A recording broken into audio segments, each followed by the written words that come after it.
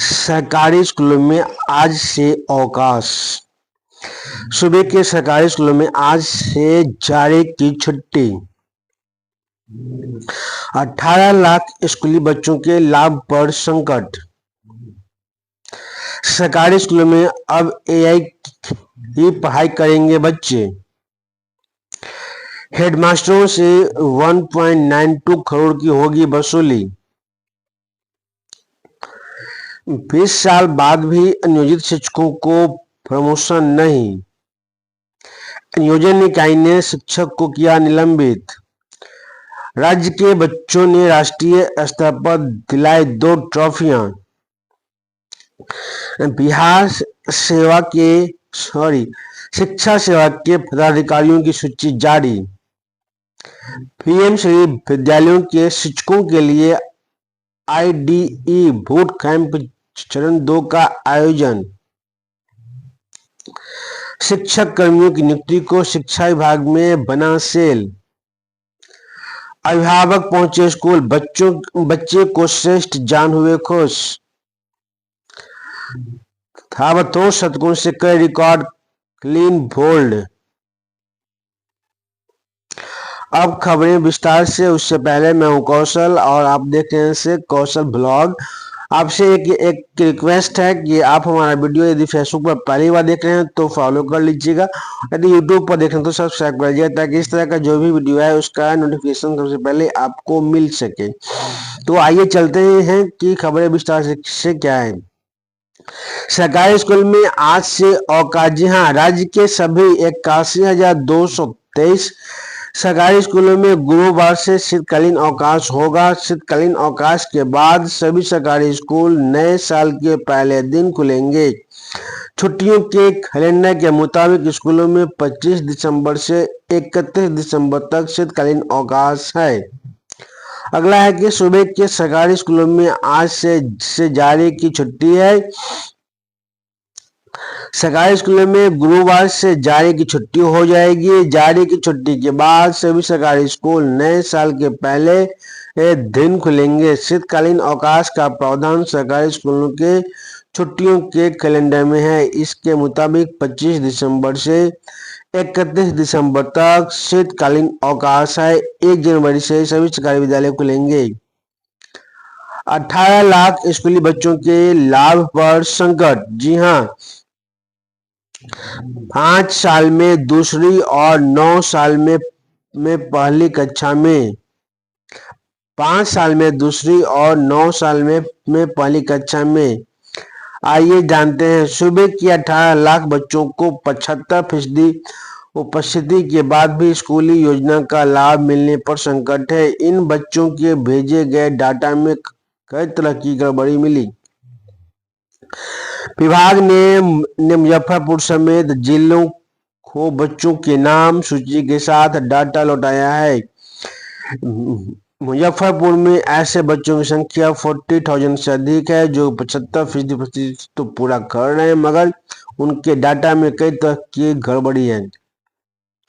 ज्यादातर बच्चों का उम्र के अनुसार कक्षा में नामांकन नहीं है।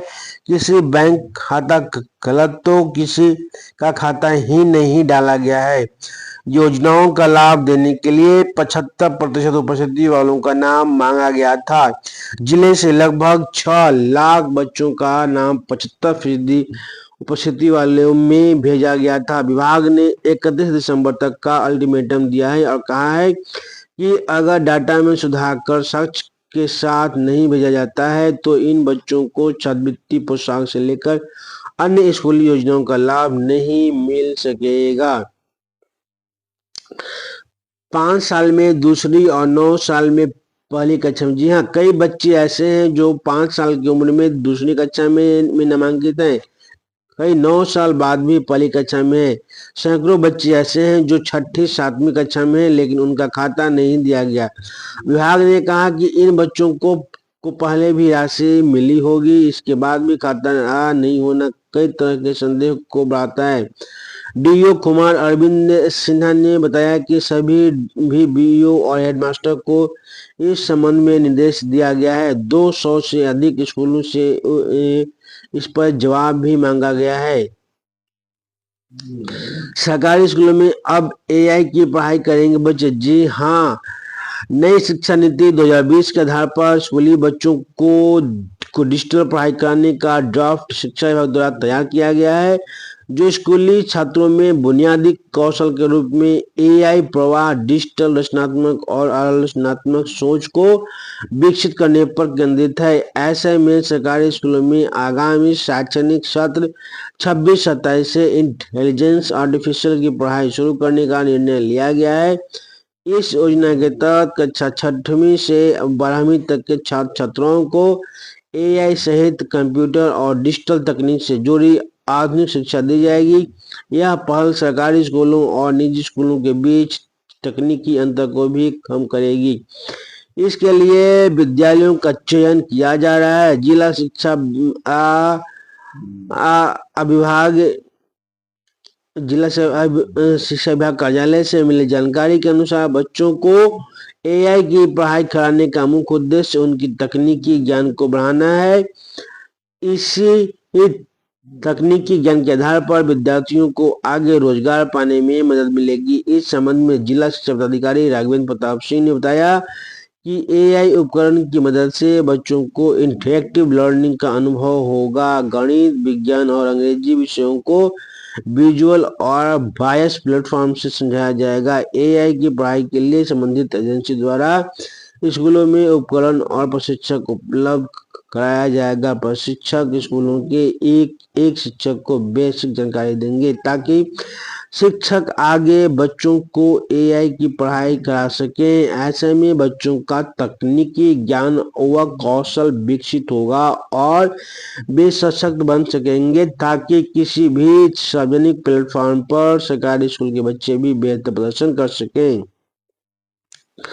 अगला है कि हेडमास्टरों से 1.92 करोड़ की होगी वसूली। जी हाँ, बिहार में एमडीएम घोटाला, शिक्षा विभाग में मचा हड़कंप, किसी भी स्तर पर लापरवाही बर्दाश्त नहीं की जाएगी।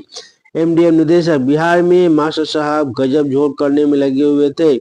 उसके बाद अब इस मामले में बड़ा खुलासा हुआ। अब हेडमास्टरों से 1.92 करोड़ रुपए की वसूली की जाएगी। यह कार्रवाई सरकारी धन के दुरुपयोग के चलते की जा रही है।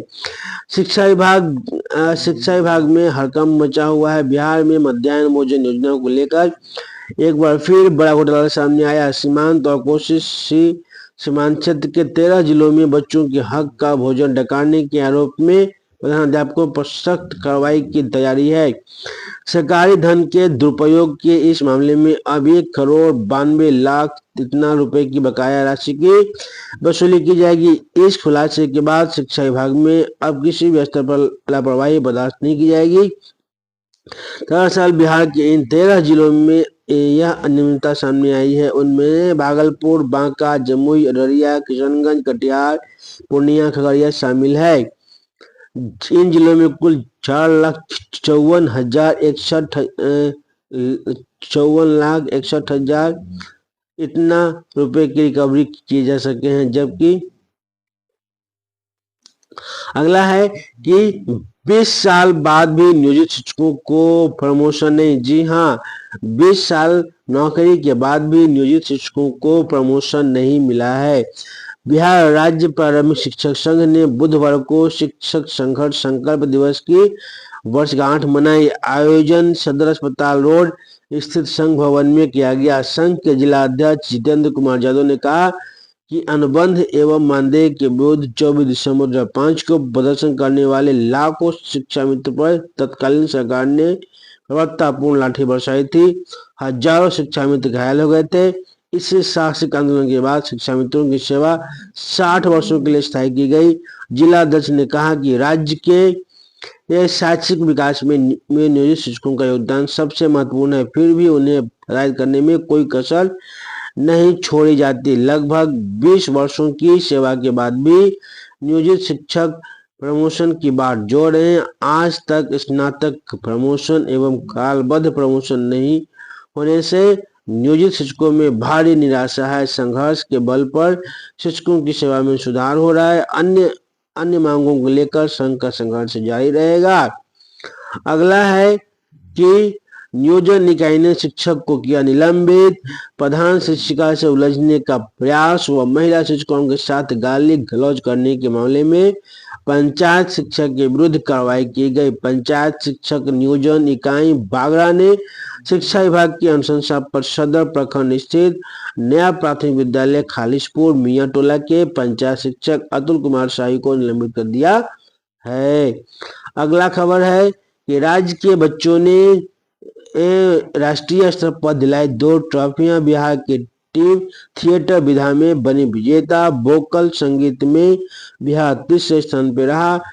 शिक्षा मंत्रालय की ओर से 20 से 23 दिसंबर तक पुणे में आयोजित राष्ट्रीय कला उत्सव 2025 में बिहार के बच्चों ने उम्दा प्रदर्शन करते हुए राष्ट्रीय स्तर पर 2 ट्रॉफियां जीती हैं। बेहतरीन जुगलबंदी के साथ बिहार की टीम ने थिएटर विधा में अन्य राज्यों की टीमों को पछाड़ते हुए पहला स्थान हासिल किया है।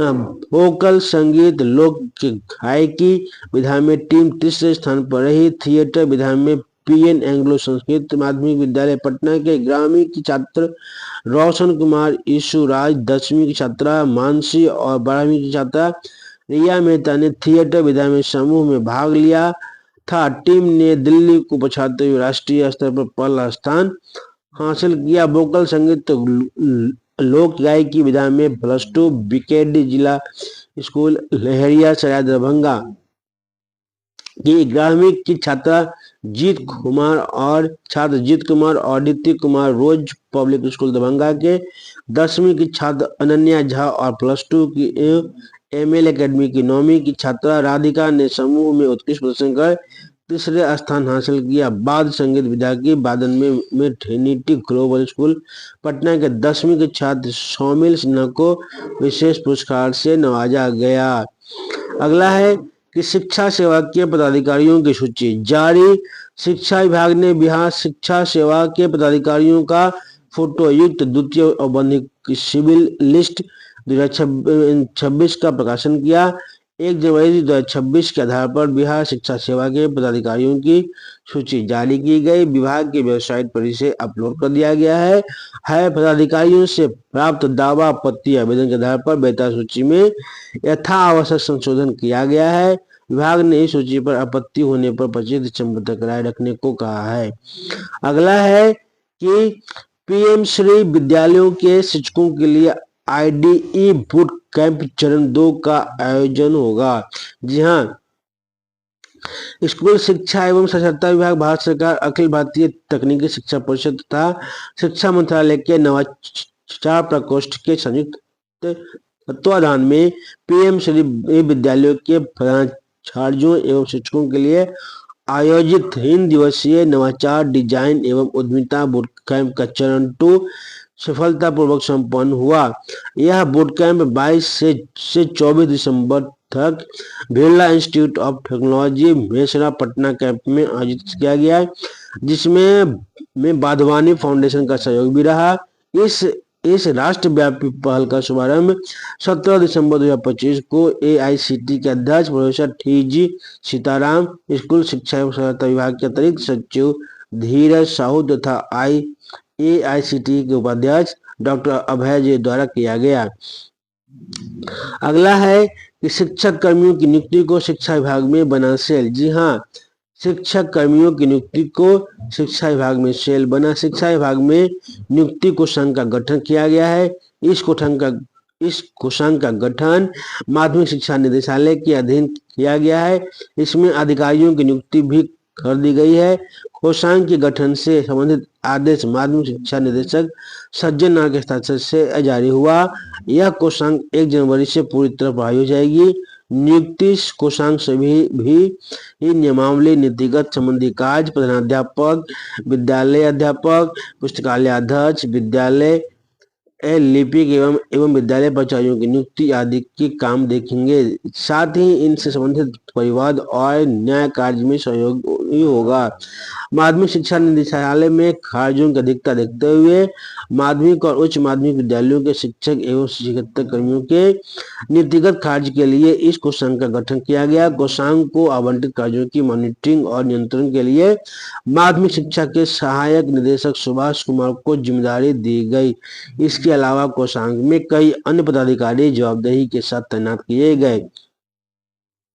अगला है कि अभिभावक पहुंचे स्कूल, बच्चों को श्रेष्ठ जानवे को। जी हाँ, राज्य के सभी 71,863 सरकारी प्राथमिक विद्यालयों में उन्हें पढ़ने वाले इतने में 1.12 करोड़ बच्चों के अभिभावक पहुंचे। हर अभिभावक यह जानकर बहुत खुश हुए कि उनका बच्चा श्रेष्ठ है। दरअसल बुधवार को प्रदेश के सभी 71,864 प्राथमिक विद्यालयों में अभिभावक शिक्षक संगोष्ठी आयोजित हुई। इसका थीम था हर एक बच्चा श्रेष्ठ बच्चा। यह थीम शिक्षा विभाग ने इसलिए तय किया था क्योंकि उसका मानना है कि हर बच्चा श्रेष्ठ बच्चा है।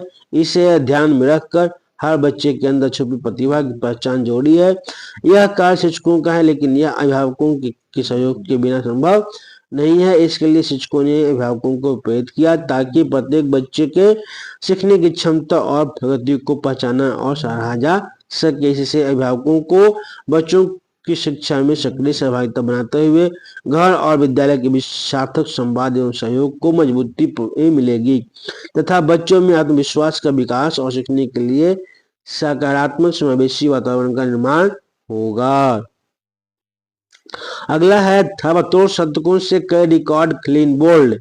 जी हाँ, विजय हजारे ट्रॉफी में जमकर छला बिहार का बल्ला। अब बिहार के नाम रिकॉर्ड। बिहार ने 50 ओवर में 6 विकेट पर 574 रन बनाए, जो टूर्नामेंट में सबसे बड़ा स्कोर है।